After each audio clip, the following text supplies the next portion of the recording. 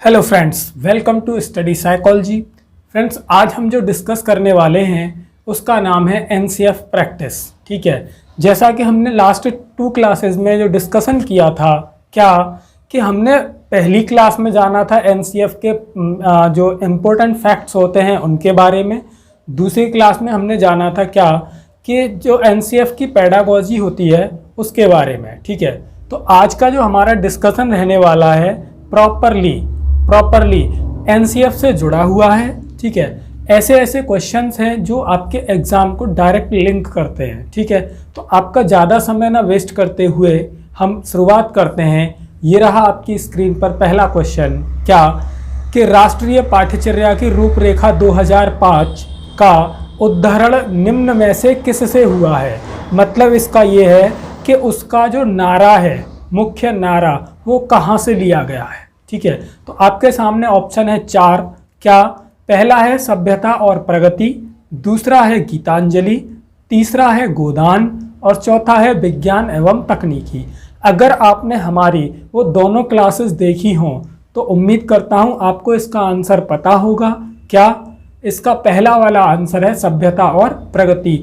ये जो टॉपिक है सभ्यता और प्रगति एक निबंध है। ये निबंध की जो रचना की थी वो रविंद्रनाथ टैगोर के द्वारा की गई है। ठीक है, तो रविंद्रनाथ टैगोर ने अपने सभ्यता और प्रगति में बहुत सारी अच्छी अच्छी बातें लिखी जो हमारे एजुकेशन से संबंधित है। एनसीएफ का जो मुख्य नारा है वो यहीं से लिया गया है। क्या शिक्षा बिना बोझ के, अर्थात लर्निंग विदाउट बर्डन। ठीक, इसी के साथ हम स्टार्ट करते हैं दूसरा क्वेश्चन। आई थिंक आपको अच्छे से ये क्लियर हो गया होगा। ठीक है, दूसरा क्वेश्चन है आपके सामने, राष्ट्रीय पाठ्यचर्या की रूपरेखा के दिशा निर्देश के अंतर्गत आता है। क्या ऑप्शन नंबर 1 ज्ञान को स्कूल के बाहरी जीवन से जोड़ना, ऑप्शन नंबर 2 पढ़ाई रटंत प्रणाली से मुक्त हो, ऑप्शन नंबर 3 परीक्षा को अपेक्षाकृत सरल बनाना और ऑप्शन नंबर 4 है उपरोक्त सभी। आपने अगर हमारा एनसीएफ का पार्ट 1 देखा हो तो उसमें हमने 10-11 आपको फैक्ट लिखवाए थे, वहीं से ये क्वेश्चन फ्रेम हुआ है। क्या कि एनसीएफ के अंतर्गत हमने जाना था क्या कि जो बच्चों की शिक्षा है उसको स्कूल के जीवन के अलावा बाहरी जीवन से भी जोड़ा जाए। जो हमारी परीक्षाएं हैं उनको पहले से ज़्यादा लचीला बनाया जाए। अपेक्षाकृत का मतलब होता है कंपैरिजन में, पहले के कंपैरिजन में आज ज़्यादा सरल बनाया जाए। एक हमने पढ़ा था कि जो हमारी पढ़ाई होगी, जो बच्चों की शिक्षा होगी, उसे रटंत प्रणाली से मुक्त किया जाए। ठीक है, उम्मीद है आपके ये क्वेश्चन अच्छे से समझ में आ गया होगा। क्या कि इसका आंसर होगा उपरोक्त सभी। ठीक है, अगला क्वेश्चन है आपके सामने, राष्ट्रीय पाठ्यचर्या की रूपरेखा 2005 के मार्गदर्शक सिद्धांतों के विषय में सत्य कथन है। मतलब हमें इन 4 ऑप्शन में से वो ढूंढना है जो सही है। ठीक है, तो सही क्या है? पहला ऑप्शन पाठ्यचर्या पाठ्य पुस्तक केंद्रित होनी चाहिए। दूसरा, अधिगम प्रक्रिया के अंतर्गत न समझ आने वाली अवधारणाओं को रखना चाहिए। तीसरा ऑप्शन, स्कूल में प्राप्त ज्ञान को बाहरी जीवन से जोड़ा जाना चाहिए। चौथा ऑप्शन, ऐसी अभिधावी यानी अधिभावी पहचान की अवहेलना करनी चाहिए जो राष्ट्रीय चिंताओं पर आधारित हो। फ्रेंड्स, इसका आंसर बहुत ही आसान है अगर आपने हमारी पहली ही क्लास को देखा हो तो। देखिए एक बार देखते हैं, पाठ्यचर्या पाठ्य पुस्तक केंद्रित होनी चाहिए, नहीं, हमारी एजुकेशन चाइल्ड सेंटर्ड है, इसलिए पाठ्यचर्या चाइल्ड सेंटर्ड होनी चाहिए, ना कि पाठ्य पुस्तक केंद्रित। ठीक है, ये ऑप्शन कट गया। दूसरा ऑप्शन, अधिगम प्रक्रिया के अंतर्गत ना समझ आने वाली अवधारणाएं। भाई जब ना समझ आने वाली अवधारणाएं होंगी तो बच्चा क्या समझेगा, तो ये ऑप्शन भी कट गया।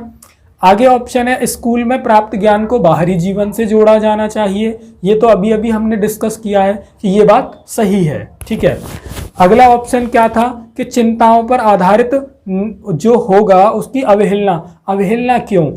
भाई एनसीएफ का मतलब है, या एनसीएफ ने खुद दिशा निर्देश दिए कि ऐसा सिलेबस हो जो बच्चों में राष्ट्र के प्रति चिंता या चिंतन को बढ़ावा देता हो या चिंतन का विकास करता हो, ठीक है, और ये अवहेलना करवा रहा है चौथे ऑप्शन में, तो ये हो गया क्या, गलत। मतलब हमारा तीसरा ऑप्शन एकदम सही है कि ज्ञान को स्कूल के बाहरी जीवन से जोड़ा जाना चाहिए।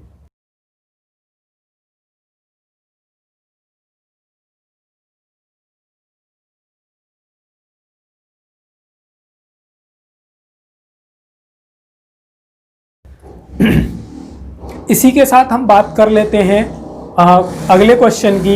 एनसीएफ 2005 के अनुसार सीखना एक क्या है, ठीक है। पहला ऑप्शन ज्ञान के निर्माण की प्रक्रिया, दूसरा ऑप्शन ज्ञान अवरुद्ध करने की प्रक्रिया, तीसरा ऑप्शन सीखना व्यक्ति विकास को प्रभावित करता है, चौथा उपरोक्त में से कोई नहीं। तो हमें जानना है क्या कि सीखना यानी कि लर्निंग क्या होती है, ठीक है। तो लर्निंग क्या है, आपने ऑप्शन पर ध्यान दिया हो क्या कि जो लर्निंग है वो ज्ञान के निर्माण की एक प्रक्रिया है, यानी ऐसी प्रोसेस है जिसमें ज्ञान का निर्माण होता है, अर्थात हमारे जो नॉलेज है वो डेवलप होती है, यानी कि धीरे धीरे धीरे धीरे वो बढ़ती जाती है, ठीक है। आगे की बात कर लेते हैं। तो इसका जो ऑप्शन है पहला वाला एकदम सही है, ठीक है। आगे बात करते हैं नेक्स्ट क्वेश्चन की। निम्नलिखित में कौन सा उदाहरण बच्चों को पढ़ाई के दौरान सक्रिय रखता है, यानी आपको इनमें से ढूंढना है क्या कि जो हमारे उदाहरण होंगे या जो हमें ऑप्शन है इनमें से ऐसा हम क्या करें जो बच्चों को एक्टिव रखे, कहाँ पर, क्लास में, ठीक है। तो क्लास में एक्टिव रखने के लिए हमें क्या क्या करना चाहिए। पहला ऑप्शन है अन्वेषण करना, दूसरा प्रश्न पूछना, तीसरा वाद विवाद करना, चौथा विचारों की रचना करना। तो आपको इनमें से कौन सा सबसे ज़्यादा सही लग रहा है, क्या होना चाहिए जो बच्चों को एक्टिव रखता हो, ठीक है। तो इसका जो ऑप्शन होगा वो होगा ये सभी। क्या, ये सभी कार्य ऐसे हैं जो बच्चों को कक्षा में एक्टिव रखते हैं, मतलब सक्रिय रखते हैं, ठीक है। इसी के साथ हम बात कर लेते हैं अगले प्रश्न की। तो अगला प्रश्न है राष्ट्रीय पाठ्यचर्या की रूपरेखा 2005 के अनुसार बाल केंद्रित शिक्षा शास्त्र में शिक्षा को किस प्रकार नियोजित करने की आवश्यकता है। शिक्षा को किस प्रकार नियोजित करने की आवश्यकता है, ठीक। चार ऑप्शन है अभिरुचियों के अनुसार, आर्थिक स्तर के अनुसार, सामाजिक स्तर के अनुसार, शारीरिक स्तर के अनुसार। तो आपको यहाँ पता करना है क्या कि जो हमारी शिक्षा है वो किस प्रकार होना चाहिए। हमने बात की थी, या फिर आप अगर चाहें तो हमारी पुरानी वीडियोस को देख सकते हैं, वहाँ पर आपको साफ साफ समझ में आएगा क्या कि जो बच्चों की शिक्षा हो वो उनकी अभिरुचियों के अनुसार होनी चाहिए, ना कि आर्थिक स्तर गरीब अमीर को देखकर नहीं होनी चाहिए, सामाजिक स्तर या वो किस लोकेलिटी से है, किस समाज से है, इसको देखकर नहीं होनी चाहिए, ठीक है। आगे शारीरिक, भाई कुछ लोग होते हैं जो कहें तो पतले होते हैं, कुछ मोटे होते हैं, कुछ अपंग होते हैं, ठीक है, कुछ हष्ट-पुष्ट होते हैं, कुछ कमज़ोर होते हैं। तो इस शारीरिक स्थिति को देखकर हमारी शिक्षा नहीं होनी चाहिए, ठीक है। तो इसका जो सही ऑप्शन है क्या, अभिरुचियों के अनुसार होनी चाहिए, ठीक है। इसी के साथ हम बात कर लेते हैं अगले प्रश्न की कि बच्चों के शारीरिक एवं मनोसामाजिक विकास के लिए निम्न में से क्या जरूरी है। आपको दो चीज़ याद रखनी है यहाँ, शारीरिक विकास और मनोसामाजिक विकास। तो इन दोनों के लिए क्या आवश्यक है, चार ऑप्शन है आपके सामने। योग, दूसरा औपचारिक खेल, तीसरा अनौपचारिक खेल, या फिर ये सभी। भाई देखिए दो कंडीशन है, एक तो है शारीरिक,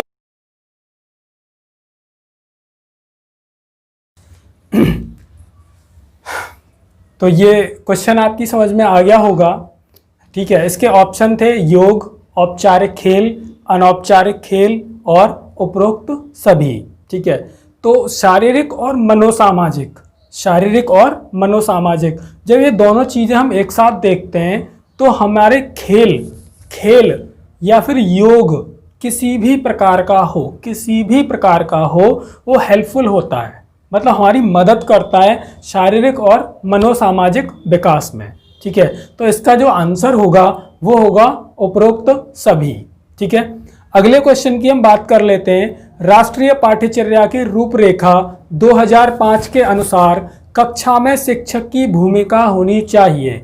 कक्षा में जो शिक्षक की भूमिका है वो कैसी होनी चाहिए? 4 ऑप्शन है। एक उत्प्रेरक के रूप में, एक आदेशक के रूप में, एक नेता के रूप में और उपरोक्त में से कोई नहीं। ठीक है, तो इस प्रकार के जो प्रश्न होते हैं बहुत ही इजी होते हैं। हालांकि जो शिक्षक की भूमिका होती है वो कई प्रकार से डिफाइन होती है। ठीक है, जैसे सुविधा प्रदाता के रूप में, ठीक है, मार्गदर्शक के रूप में, उत्प्रेरक के रूप में। ठीक है, तो यहाँ पर हमारा जो आंसर होगा वो क्या? उत्प्रेरक के रूप में, मतलब ऑप्शन नंबर 1 एकदम सही है। ठीक है, इसी के साथ हम बात करते हैं अगले क्वेश्चन की।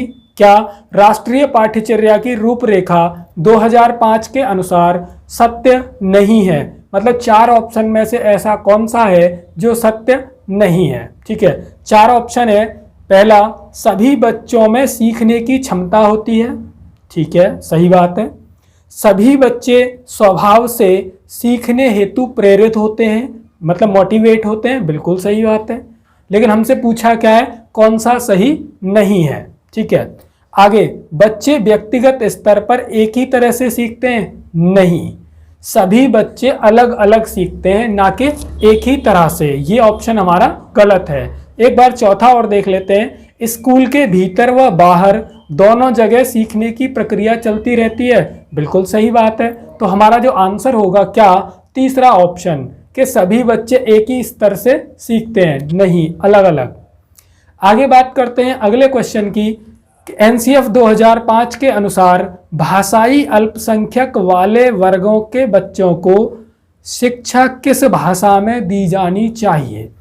अब देखिए, यहाँ पर आपको किसी भी प्रकार से घुमा दिया जाए, ठीक है, कि किस भाषा में शिक्षा हो, इस वर्ग के लिए किस भाषा में हो, उस वर्ग के लिए किस भाषा में हो, आपको इन सभी को इग्नोर करना है और आपको डायरेक्ट एक बात याद रखनी है कि अगर भाषा पूछी जाए तो हमेशा याद रखिएगा मातृभाषा। क्या? मातृभाषा। तो 4 ऑप्शन है, उनकी मातृभाषा में, अंग्रेजी में, हिंदी में या सभी में? केवल मातृभाषा में। ठीक है,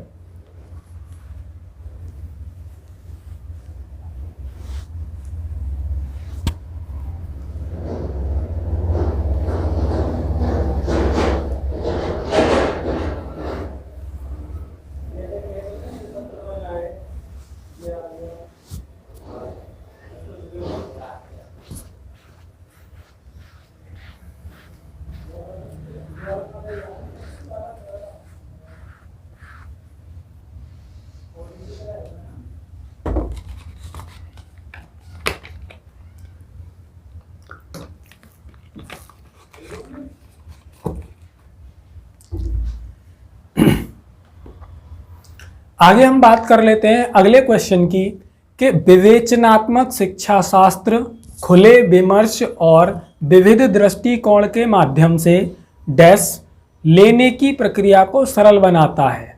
ठीक है, तो 4 ऑप्शन है आपके सामने। पहला, सामूहिक निर्णय, दूसरा एकल निर्णय, तीसरा स्वनिर्णय, चौथा इनमें से कोई नहीं।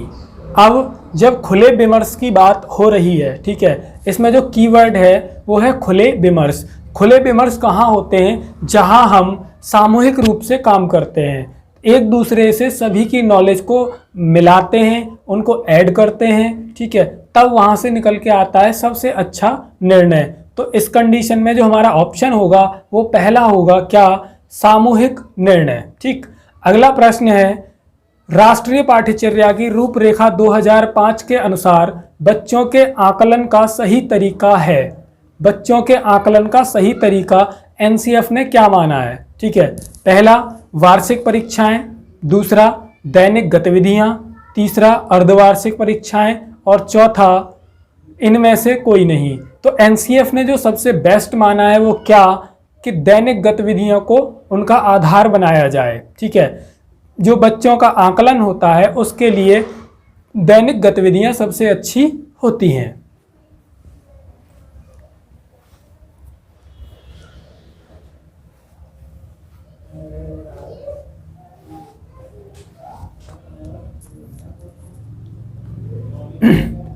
अगले प्रश्न की बात करते हैं। भीड़ भाड़ वाली कक्षाओं में डैश अध्यापन की बात करना निरर्थक है। 4 ऑप्शन है आपके सामने, पिछड़े, सामान्य, कक्षा केंद्रित या सृजनशील।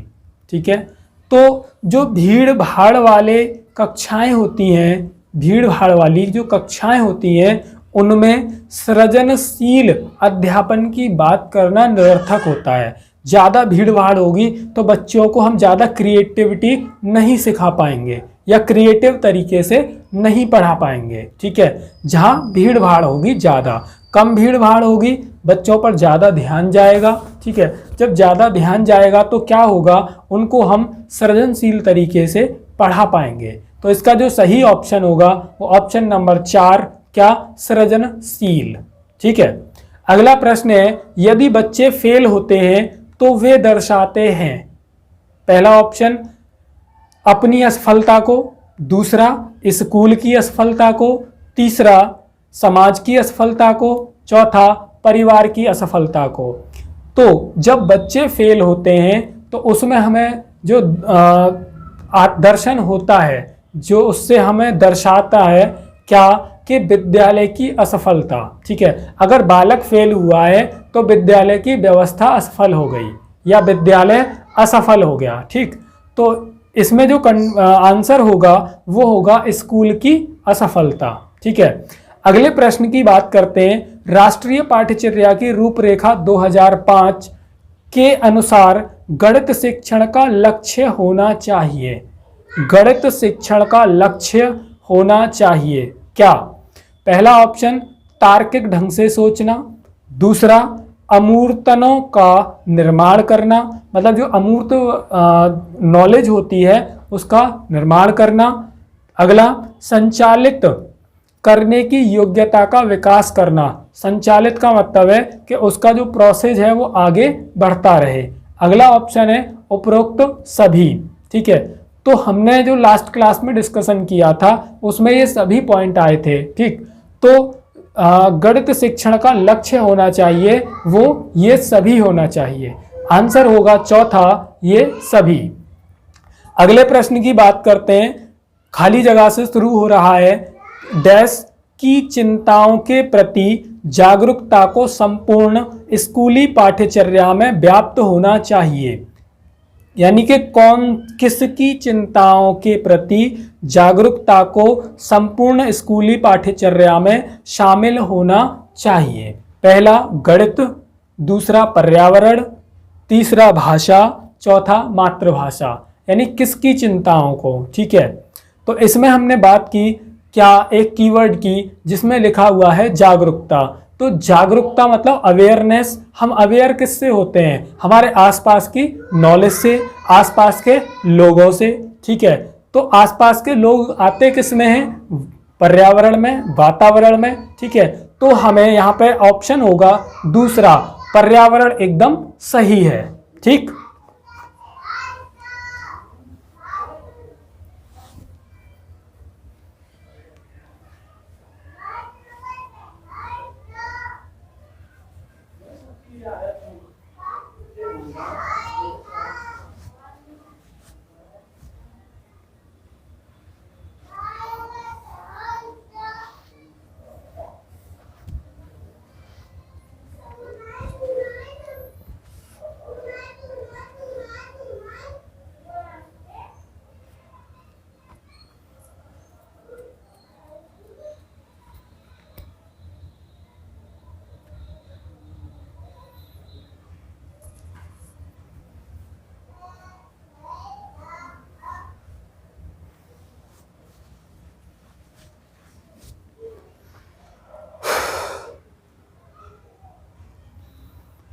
बात कर लेते हैं अगले प्रश्न की। क्या कला विषय को स्कूली शिक्षा के किस स्तर पर शामिल किए जाने पर बल देना चाहिए? यानी कला को किस स्तर पर शामिल करने पर बल दिया जाना चाहिए? पहला है पूर्व प्राथमिक, दूसरा है प्राथमिक, तीसरा है उच्च प्राथमिक और अगला है इन सभी स्तरों पर, मतलब ये सभी पर। ठीक है, तो जो कला है, जो आर्ट है, उसको शामिल करने पर, यानी कोई भी स्तर हो, हर एक स्तर पर कला का समावेशन होना चाहिए। ठीक है, सबसे अच्छा रहता है। इसीलिए आपने देखा होगा कुछ इंग्लिश मीडियम स्कूल्स होते हैं, ठीक है, जो प्राइवेट स्कूल्स होते हैं, उनमें प्ले वे से या फर्स्ट क्लास से ही बच्चों को छोटी छोटी चीज़ें बनाना सिखाते रहते हैं या सिखाना स्टार्ट कर देते हैं। तो जो एनसीएफ ने माना है क्या, कि सभी स्तरों पर कला का यानी कि ज्ञान देना चाहिए या सभी स्तरों पर शामिल किया जाना चाहिए। सबसे अच्छा ऑप्शन है आपका चौथा, ये सभी स्तरों पर। आगे है अगला क्वेश्चन, राष्ट्रीय पाठ्यचर्या की रूपरेखा 2005 के किस सूझ के आधार पर पाठ्यचर्या के बोझ को कम करने पर बल देती है? 4 ऑप्शन है, शिक्षा बोझ के साथ, शिक्षा बिना बोझ के, शिक्षा पर्यावरण के साथ, शिक्षा पर्यावरण के बिना। आपने पहली ही क्लास में जो एनसीएफ का मुख्य नारा पढ़ा था, उसी मुख्य नारे से इसका आंसर होगा। क्या था मुख्य नारा? शिक्षा बिना बोझ के। तो ऑप्शन नंबर 2 एकदम सही है। ठीक है, आप इस वीडियो को स्टार्टिंग से लास्ट तक पूरा देखिए। मैं उम्मीद करता हूं आपके सीटेट एग्जाम में या DSSB एग्जाम में या KBS वगैरह में अगर एनसीएफ से कोई भी प्रश्न आएगा आपका छूटेगा नहीं। ठीक है, तो इसको एकदम ध्यान से समझिए, बहुत ही अच्छा डिस्कशन चल रहा है हमारा। ठीक, अगले प्रश्न की बात करते हैं। निम्नलिखित में से पाठ योजना का दर्शन किसने दिया, यानी किसने ये हमें बताया कि पाठ योजना क्या है या पाठ योजना का कंसेप्ट किसने दिया? पहला हर्वर्ट, दूसरा गिलवर्ट, तीसरा एल्वर्ट, चौथा हजवर्ग। तो आपको जो सही ऑप्शन देना है इसमें क्या, पहला देना है हर्वर्ट। हर्वर्ट ने ही पाठ योजना को हमारे सामने प्रस्तुत किया। अगर हम आज पाठ योजना बना रहे हैं या बनाना सीख रहे हैं तो इसका कंसेप्ट कौन लेके आए? हर्वर्ट लेके आए। ठीक है, अगले प्रश्न की बात करते हैं। गतिविधि अध्यापकों को मौका देती है कि, यानी क्या मौका देती है? ठीक है, पहला ऑप्शन है वे प्रत्येक बच्चे पर ध्यान दें, दूसरा ऑप्शन है किसी खास बच्चे पर ध्यान दें, तीसरा वे अपना स्वमूल्यांकन करें, चौथा ऑप्शन इनमें से कोई नहीं। जब हम गतिविधि कराते हैं तो गतिविधि का मतलब होता है कि एक अध्यापक सभी छात्रों पर अलग अलग ध्यान दे, ना कि एक बच्चे पर। तो दूसरे ऑप्शन में एक बच्चे की बात हो रही है, उसको कट कर दीजिए। अपनी बात करे टीचर तो कट कर दीजिए, और लास्ट वाला ऑप्शन हो नहीं सकता। तो मतलब इस कंडीशन में हमारा आंसर क्या होगा? पहले वाला, कि वह प्रत्येक बच्चे पर ध्यान दे।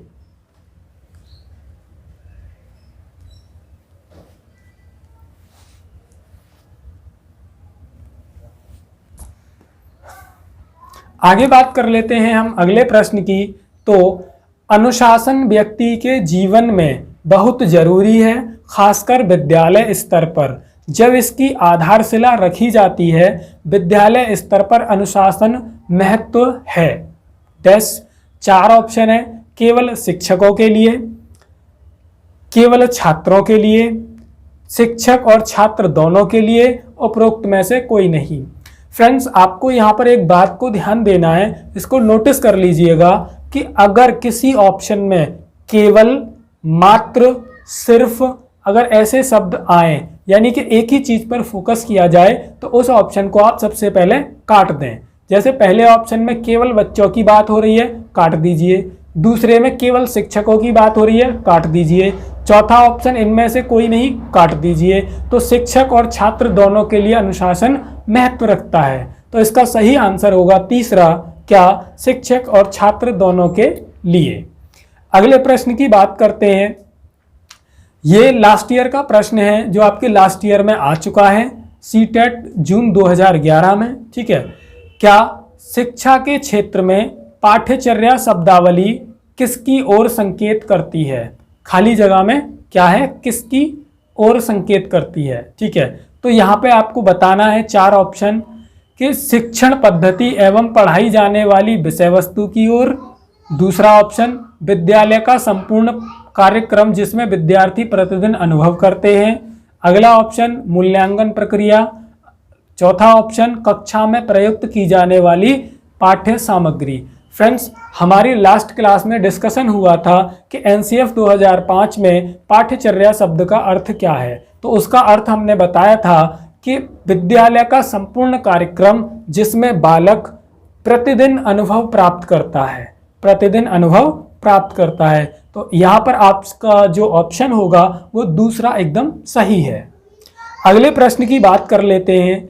छोटे विद्यार्थियों को कक्ष में समवयस्कों के साथ अंतःक्रिया करने के लिए प्रोत्साहित करना चाहिए, जिससे, यानी जब आप छोटे बच्चों को उनके समवयस्कों के साथ अंतःक्रिया करने के लिए प्रोत्साहित करेंगे तो उससे क्या होगा। 4 ऑप्शन है आपके सामने। पहला, शिक्षक कक्ष को बेहतर तरीके से नियंत्रित कर सकेगा। दूसरा, वे एक दूसरे से प्रश्नों के उत्तर सीख सकेंगे। छोटे बच्चे हैं तो एक दूसरे से प्रश्न का उत्तर कैसे सीखेंगे, ये गलत हो गया। पहले ऑप्शन में है शिक्षक कक्ष को बेहतर तरीके से नियंत्रित कर सकेगा, वो तो वैसे भी हो जाएगा जब उन्हें पढ़ाई में आप व्यस्त रखेंगे, ठीक है। अगला ऑप्शन है पाठ्यक्रम को बहुत जल्दी पूरा, नहीं, ये ऑप्शन नहीं होता हमारा कि पाठ्यक्रम जल्दी होगा कि देर में होगा, पाठ्यक्रम समय पर होता है, ठीक है, यह ऑप्शन कट गया। वे पढ़ने के दौरान सामाजिक कौशल सीख सकेंगे। वेरी गुड, ये आंसर होता है हमारा कि जब 2 बच्चे जो समवयस्क होते हैं और एक दूसरे से अंतःक्रिया करते हैं तो वह सामाजिक कौशल सीखते हैं, ठीक है। तो ऑप्शन नंबर 4 एकदम सही है। अगले प्रश्न की हम बात कर लेते हैं। एनसीएफ 2005 के अनुसार गलतियां इस कारण महत्वपूर्ण हैं, क्यों, यानी कि किस कारण गलतियां महत्वपूर्ण हैं।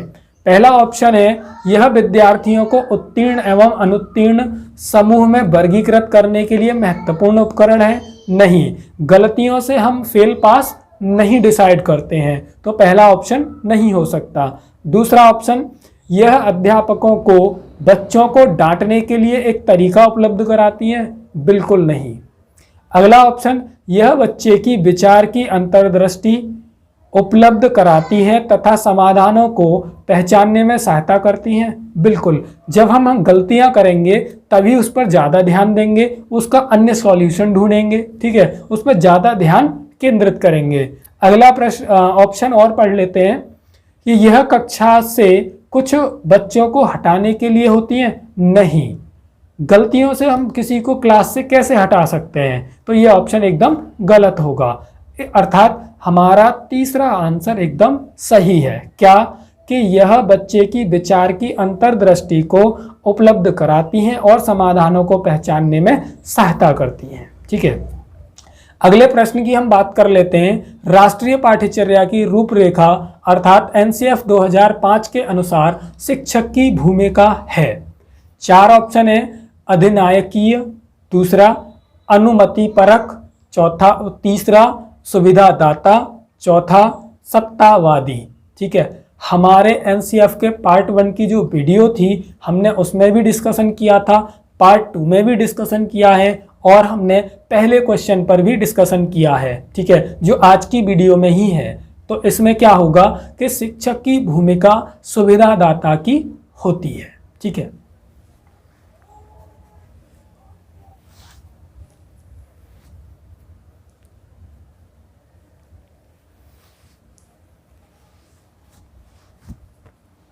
आई होप आपको आज की वीडियो बहुत अच्छे से समझ आई होगी, ठीक है। अगर आपको वीडियो अच्छे से समझ आई है तो सबसे पहले लाइक कर दीजिए और अपने दोस्तों को शेयर कर दीजिए। और अगर आप हमारे चैनल पर पहली बार आए हैं तो आपको रेड बटन दिख रहा होगा, सब्सक्राइब कीजिए और उसके बराबर वाले बेल आइकन को दबाना ना भूलें, ताकि हमारी जब भी नई वीडियो अपलोड हो तो उसका नोटिफिकेशन आपको सबसे पहले प्राप्त हो। धन्यवाद।